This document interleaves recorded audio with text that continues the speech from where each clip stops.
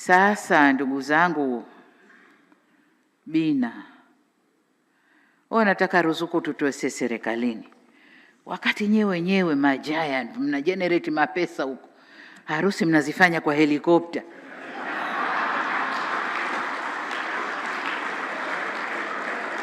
Alafu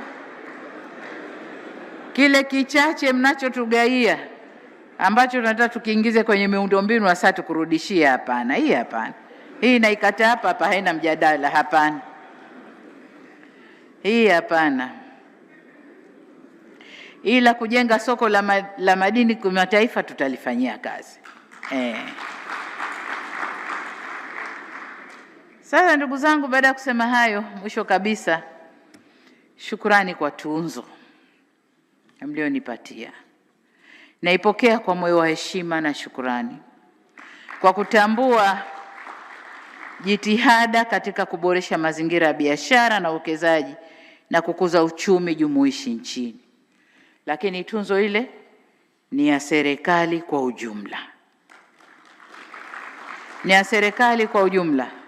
Tumeipokea tunzo ile, na kama tulivyoahidi, nyinyi kila aliyesimama pale aliahidi commitment yake kwenye utekelezaji wa dira. Nasi serikali tunaahidi commitment yenu kwenye utekelezaji wa dira.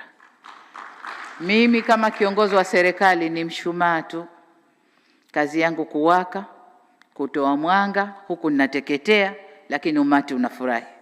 Hiyo ndo kazi yangu. Hiyo ndo kazi yangu. Kwa nitaendelea kuwa mshumaa.